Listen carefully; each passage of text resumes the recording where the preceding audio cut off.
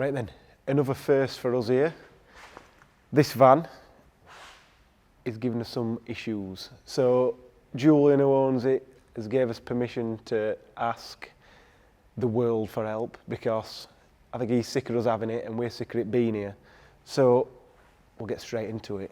So this is the 2 litre bi-turbo CFCA engine, the ones that are well known for the oil consumption issues. This one's a DSG, so 7-speed DSG DQ 500. So the gearbox is fine. So this originally came into us in limp mode, DPF blocked, using a litre of oil every 400 mile, something like that. So it was nailed on, it needed an engine. We ended up booking it in for an engine, brand new engine, inspect turbos, because usually the turbos are gone, but this one were all right, and check everything else. So put it all together using the old engine block and head from my dad's old van that we built for him. Fully built, everything sort of brand new pistons. We used the old rods because there's never anything wrong with them. The crank were all right, fully rebuilt head, everything.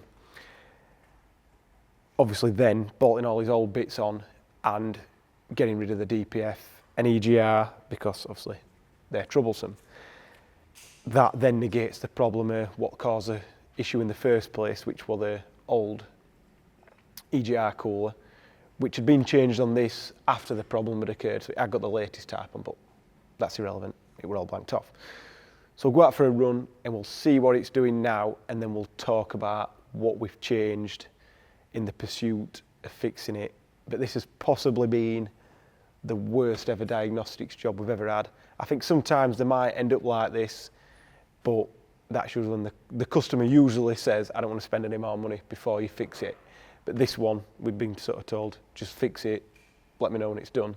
And yeah, it went a bit mental. So we'll go for a run and we'll go from there. So we're in it now, ready to go. So I've got the log going here, so we'll try and get Danny to have a look at that, but we'll have a look afterwards when we're going. You can see we've got everything we should need on here. The main thing that we wanted to look at is the rail pressure here. So there's this one and this one here, so actual and specified.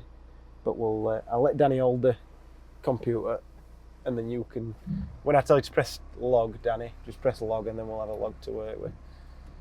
So driving this normal like it is now, I'm only just touching throttle, but I'm getting up to speed anyway, doing what I need to do. Drives absolutely fine. One thing to note, as you can see, the clocks are like some weird, they've had some sort of thing put on them. I don't know what's going on there, which we've second guessed that a few times, but apparently can't see any reason why that would cause a problem. So anyway, forgetting about that. So then it might not do it every time. Colder it is, harder it is to get it to do it. We thought we fixed it a few times and then it's got warm and it's done it to us, but I'll go full throttle now.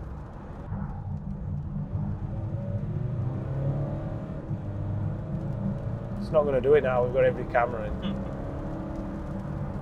But it's done it now. So there. It's like drive's completely disconnected. I've still got my foot flat down. It's literally going nowhere.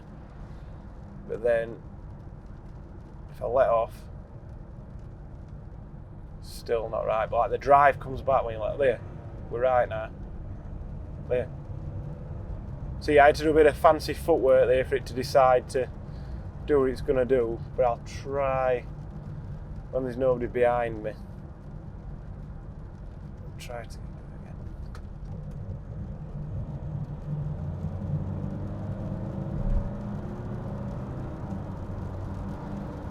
There, like a vibration now, but it's still pulling through, and there, just died now.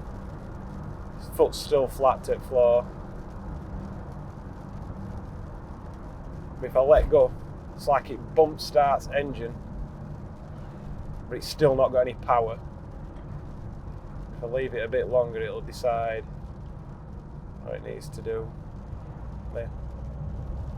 So I'm only getting a little tickle now and it's fine. It's back to driving absolutely normally. So nothing to report here. Now sometimes, it's not every time, and I'm sure I'm not going to be able to get it to do it. Sometimes the coil light will come on and you get a rail pressure too high fault code, which I'm hoping the logs will show us that the rail pressure does go high, but that seems to be because the injectors stop delivering fuel while obviously the metering valve and the regulator and everything is still trying to demand fuel as such, because the engine's not cutting out completely. That's what's very strange. It's like there's something telling it to cut out, but they're quite simple, which is more annoying.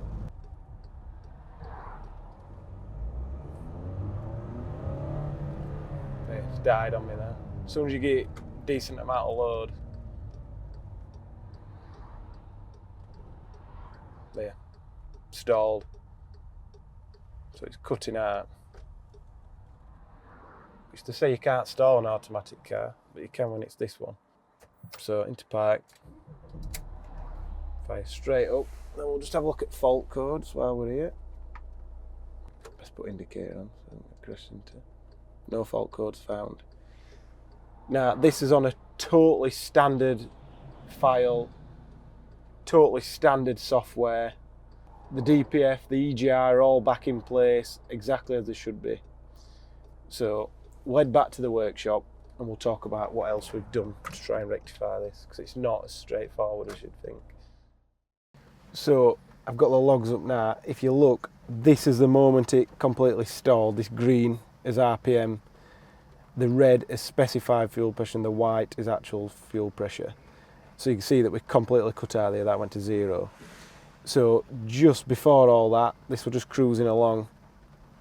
Rail pressure, actual and specified are like the same line pretty much. Even between gears, they're not too bad. You get a tiny, tiny blip between gears, which at full throttle is more pronounced anyway, that's what you'd expect.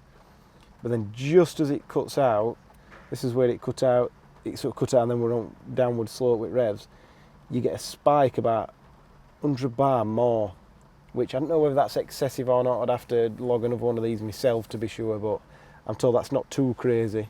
But it seems to happen just as it cuts out, you get a big spike in rail pressure, but I think that comes afterwards, not before. So, I'll shut this window before I get wet through.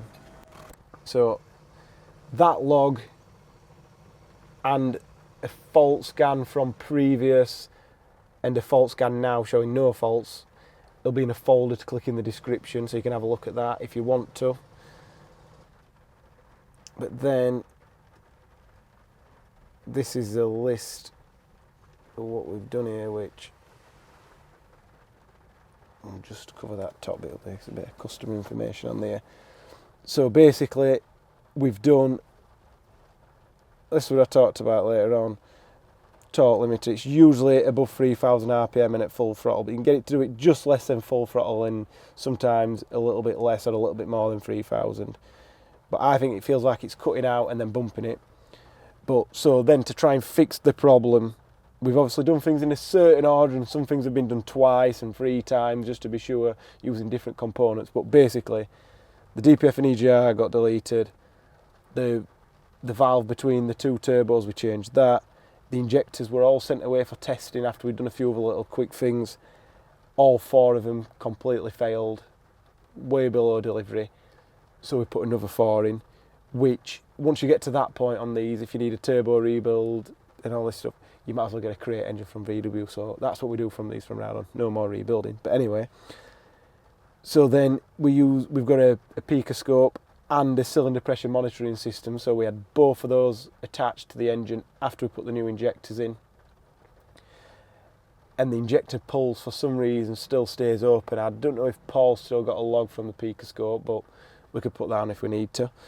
But the cylinder, from the cylinder pressure monitoring, it looks like one cylinder drops, then the next one drops, and the next one drops, and the last one drops. Not instantly and not over a long period of time, but they don't all just completely turn off like the next rotation, which is weird. Both fuel pump in the tank and the one under the bonnet and the high pressure fuel pump have all been swapped at some point, and the pressure's checked. We checked with an airline, a clear line going to and from the pumps, no air in the system. The rail pressure sensor and the rail regulator have both been swapped at some point. And the main thing with them, making sure the regulator is really tight. Fuel filter, obviously that were a new one anyway, but we've checked it again for any swarf, no swarf. The turbo, all the actuators, all the vacuum pipes, all the solenoids, everything's been swapped at some point, switched around to make sure it's not the wiring, because the N75s are the same, so you can swap around and play about, but that made no difference. This will still occur, this problem will still occur if you take the, we've put tunes on there with no fault codes in at all, so it can't go into limp mode or anything like that. And even if you unplug it, take off the boost pipe to the engine, so it's just literally sucking in the inlet, it still does it. If you take the exhaust off, it still does it. If you take the EGR pipe away from the turbo, so it's not a pre-turbo restriction, it still does it. Obviously without boost it is a bit more difficult to get it to it, but it does still do it even when it's sort of pretty much in limp mode. We've tried MAF sensors, map sensors, crank sensors, everything, all good ones that we have on the shelf that we use. We checked all the wiring and all the earth points, that all seemed fine, but we just put a new engine loom on anyway. That made absolutely no difference. So after the engine loom, we decided we've got an identical van that we'd swapped a few bits off at that point anyway. We tried that ECU that we knew were fine. We had immobiliser delete, no difference. What else? In between this and at some certain point we checked the compressions on this engine, always been over 400 bar since the rebuild. So then we decided the gearbox had not been checked, and the problem, it feels like, initially at least, when you first get it, the initial problem we thought it's like when you press the brake pedal in your car. If you drive your car along, put your foot halfway down and then just dab the brake pedal, you'll get like a cut, and then all of a sudden it'll come back. That's obviously if you go for full on the brakes and by accident you put your foot on the throttle, it doesn't just drive through, which some cars don't do that, like the Mini doesn't do it, but anyway, we thought it was that. So we said, is it something to do with the gearbox or something strange like that? So we drained the gearbox oil, and there was some crap in that, even though I'm pretty sure it meant to have been serviced before. So we took the mechatronics out of the gearbox. You didn't have to take it off to do that, and you could see the gasket sort of sealing surface between the mechatronics and the gearbox that had started to erode away, and that was some of the black crap that we could see in there, some like rubber sealant. Once that goes, basically it's a new mechatronics. When we looked into it, the price of the mechatronics were very close to a reconditioned gearbox. And then if you had a recon in the gearbox itself, which nobody could tell us what the change on the recon, because you can't really get any parts for these, so we'd assumed nothing, and a mechatronics, you'd be nearly into the same amount of money as just a genuine gearbox off the shelf with the exchange. So we just spoke to the customer. He just says, just put a new gearbox in. When we took the gearbox off, then had a look inside it, though bits of swarf here and there that looked a bit abnormal. So we're glad we made the right decision. Put that in, exactly the same, obviously. While the gearbox were out, we checked the rear main seal again, and when we looked, the non-genuine one was slightly different to the genuine one, so we just swapped that anyway. Well, we didn't swap it while the gearbox was off. We took the gearbox off again and swapped it again. That made no difference. While that were off, we checked the crank, make sure there's no end floats. That could be knocking the sensor out. No problems there. Obviously put a genuine seal on that time. Made sure the pilot bearing in the gearbox were all right, which all this stuff had been checked before, but checked it again. Oil pressure's absolutely fine, the turbos are fine, the cam and the pump timing, checked it, swung it, played with whatever, made no difference. Took the rocker cover off again, checked that no cams had swung or anything like that, because obviously these are like a pressed on cam, no problems with them. Lifters and rockers, we just, while we had the cams out and checked all them, we just put all new lifters and rockers in again, made no difference. And then, where are we, I think, so yeah, drained fuel numerous times, no problems there, no contamination. Put it into a separate tank and run it from a separate tank, made no difference. Testing the power to and from every wire on the engine and ECU, all fine as we'd done before, and checked it again. Then we decided to change some stuff interior wise, change the body module, the CAN bus gateway, and there's like an isolation relay as well to do with the CAN bus. Swapped all that over, made no difference.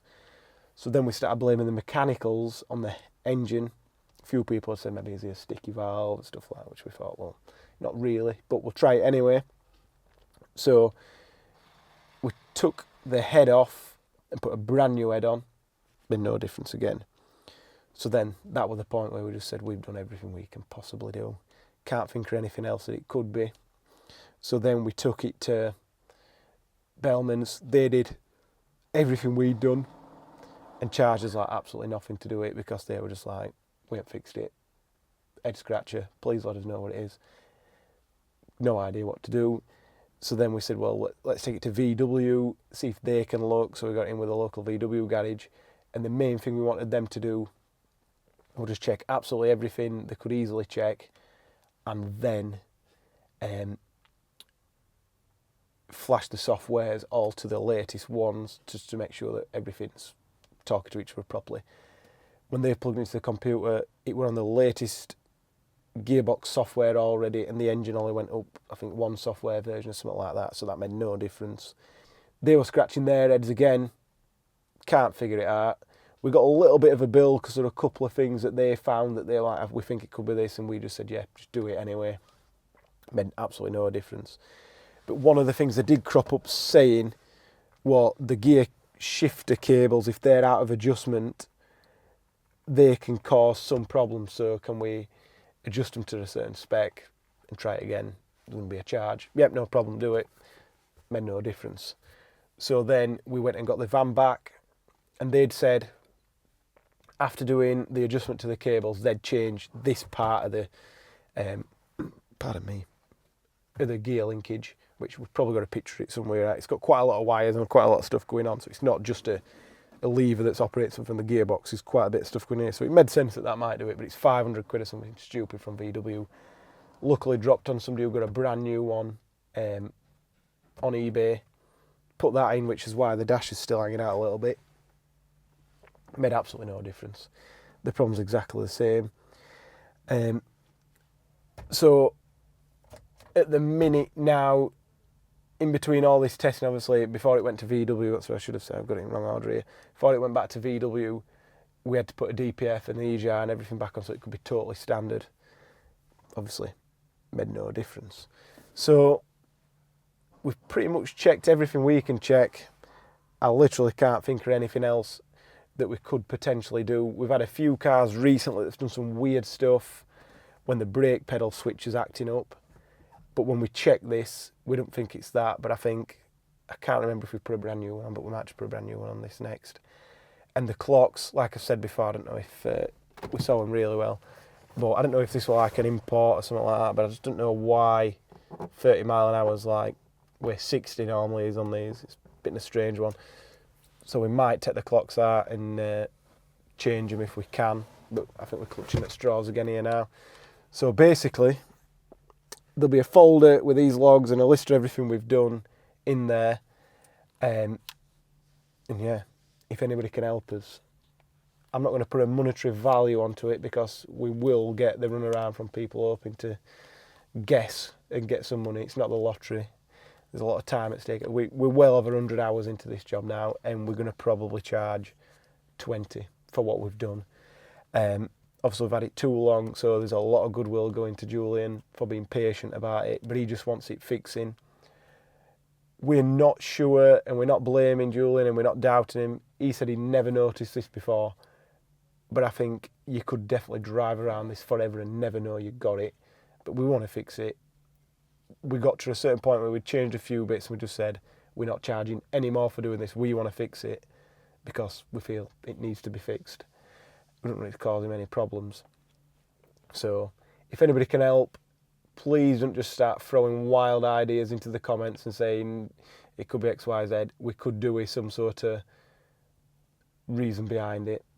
Any reason why we've not thought about it. If you want any more logs when we get into it, we'll do whatever we need to do. We just want this sorted. Like I say, tons of hours into it. If somebody thinks they can fix it and they want to come and get the van, then obviously we've got to speak to the customer and just make sure he's happy with some random YouTuber messaging saying can they have it, because that's how things disappear. But yeah, we're willing to do anything we can do to get it sorted. And it's probably not the best video we've ever done.